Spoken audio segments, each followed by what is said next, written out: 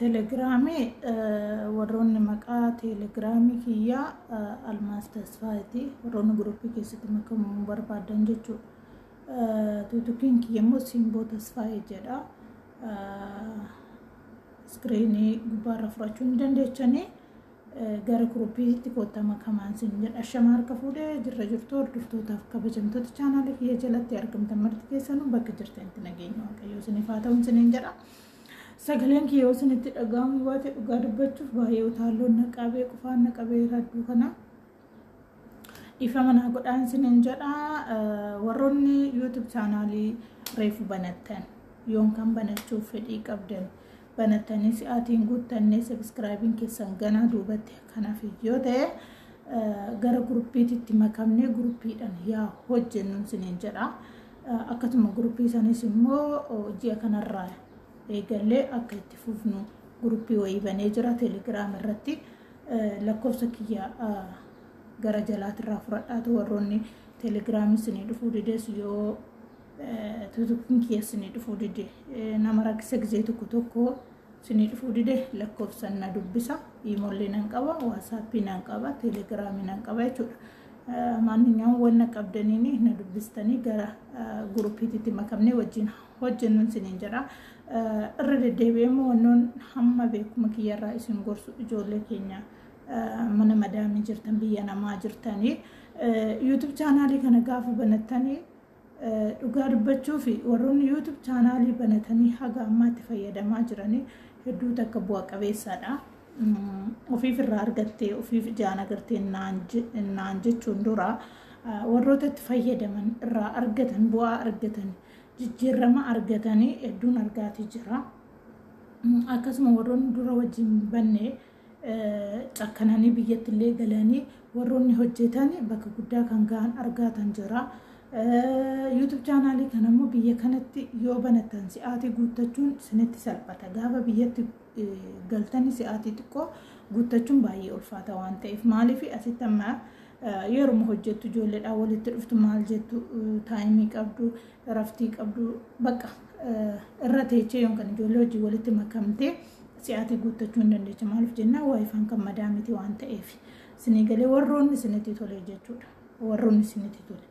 Laakiin ammoo warroonni isinitti tolu baate isinii mijachuu baate YouTube chaanaalii ofii keetii viidiyoo yeroo tokko galgalallee ta'u maalillee ta'u waraabdee gadhiiste YouTube san immoo ijoolleen amanamummaadhaan viidiyoo itti siibanuu danda'an jechuudha.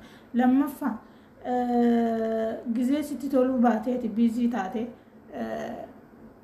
liivii galtee ijoolleen itti tolan immoo ol ba'anii nama tokko baaddanyaa tokko lama sadi kan qabaattu asan irra sinii ta'anii siniif haasa'anii ati immoo gara hojii keetii deemta jechuudha. Abbaan itti mijatee hagaati bilbila keetitti deebtu jechuudha. Akka saniini wal gargaarree yookaan wal gargaartanii akka guddattan hedduu takkan kaayyoo qaba jechuudha. Kanaaf hundumti keessanuu ani gaafa galii maal irratti hojjedha ani waan barbaade irratti hojjedha. Sinii galee waan barbaade wayi daa'ima qabaachuu dandeecha maatii kee wajjin obbolaa kee wajjin abbaa manaa kee wajjin maal kee wajjin viidiyoon biyyatti hojjetamu dhugaa dubbachuuf baay'ee ilaalama.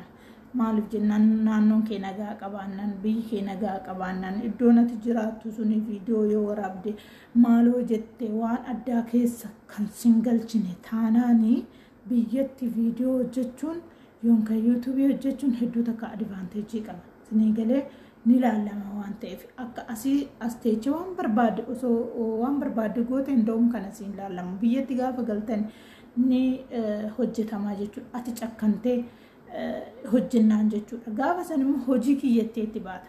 YouTubein kanarraa bu'aan ni argama ni argama garuu har'a hojjettee boru dhiisuu har'a hojjettee ji'a irraatti deebi'uu ji'a lamaan irraa ji'a shanan irraatti deebi'uu doonteen bayya qanuun guyyaa guyyaadhaan jechuudha.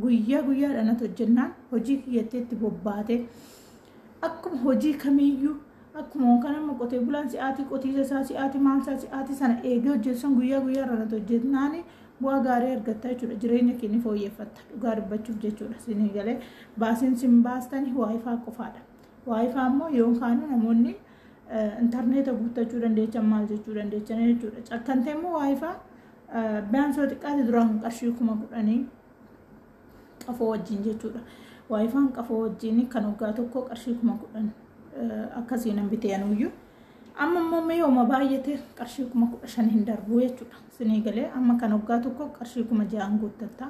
Qafoo saammoo yaa biyyatti meeqan akka bittu hin beeku yoo barbaadan asii bitattanii galuu dandeechanii kan waggaatti guuttattaa jechuudha. Sinii galee qarshiin 6,000 immoo guddaa miti. Osoo guyyaa guyyaadhaan itti guuttes isa hin fixaa waan ta'eef. Sinii galee kanaafi cakkanaatoo ijoolleen keenya guruzii taa'u jedha. Ijoolleen baay'ee warri sammuun isaanii aktiif ta'an itti hojjetachaa irraa fayyadamaa bu'aa argachaa itti gammadaa jiran. Ani ijoollee jechuudha dhugaa dubbachuuf ijoollee duraan yuutuubii hojjetan galaniillee sabiskiraayibii isaanii 3,000, 4,000, 2,000 500 irra ga'anii argee jira. Siigalee dhugaa dubbachuuf jechuudha. Kaleessa gaafa viidiyoo kana waraaban eessa jiranii maalirra jiran akkamitti jiran jedhee har'a yoo viidiyoo isaanii immoo haala isaan keessa jiran keessa duuba deebi'ee ilaalu hedduu takka jijjiirama qaban. Eessa ijoolleen kun biyya arabaan dhufnee diggaamee biyya ofii keessatti hojjechaa jiranii. Siigalee abbaan manaa kiyya fokkataadha. Yoon kan haadhi kiyya hin bareedu, abbaan kiyya hin bareedu.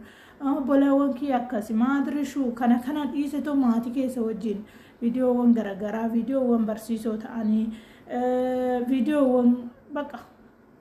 Akkuma kan namaa laaltan kana kan keessan akkasitti hojjedha. Sinii galee yoon kan immoo manni warra kiyyaa bareedaa miti, yoon kan manni kiyya bareedaa miti, baqa waan akkasii sana dhiisra kaleessa jechuudha. Gaafa biyya jirru, gaafa uumaa hin beekne, gaafa biyya hin baane sana akkamitti akka guddanne hin beekne. Har'a immoo jijjiiramneeti diddaabirraa itillee gara firaashitti dabarree jechuudha. Isa diddaabii isa itillee sana yaadachuudha. Isa itillee rafasan uumaa rakkinaan qabu kun nuti Itoophiyaawwan waan taataniif bahaalaawwi baadiyyaa keessanii sana gattanii yookaan kan amma irra jirtan sana tuffachuu hin qabdan. Isinii galam ani iddoo takkatti gammada baadiyyaatti amma qofa jechuudha. Ijoolleen baadiyyaatti guddanne jechuudha nuti. Maalirra rafaati turre. Diddaabii gaafa siin gogaa horii qalamee jiru. Gogaa horii sana dureessatu qaba. Sinii galee dureessatu qaba jechuudha. Kan isa dhabee madaabaraa afateera jechuudha. Sinii galee kanaafi kuni uumama keenya yookaan waan itti guddanne yookaan waan itti dhalannedha. Sinii galee har'a immoo ofii keetii hojjettee jijjiiramtee algaa bitattee firaashii bitattee mana gaarii soofaa maadirishuu kana bitattee waan sana irraafachuu hin qabduun siniin jedha yookaan immoo itti saalfachuu hin qabduun siniin jedha. Gaafa galtanii firii taatanii sodaa tokko malee ifirtii tokko malee hoo irratti hojjettan jijjiirama ni argattu. Sinii galee kanarratti immoo gaafa hojii kanarratti baate immoo kan si arrabsu hin jiru, kan si faarsu hin jiru, kan si arrabsu hin jiru. Sinii galee kan si arrabsu sana gatteet kan si faarsu isa wajjin deemtaa jechuudha. Sinii gala annaa akkasii afaleen akkana naan jedhe koomentiidhaan jettee maaliin akkana naan jedhe koomentiidhaan jettee namni hundi wal hin qaxxaatu. Sinii galee bakka hundattis hin jaalatamtu. Sinii gala jibbamuus hin dandeessu, jaalatamuus hin dandeessu. Ati gara kan warra si jibbuu dhiste kan warra si jaalatu isa wajjin daandii sanarra deemu qabdan siniin jira.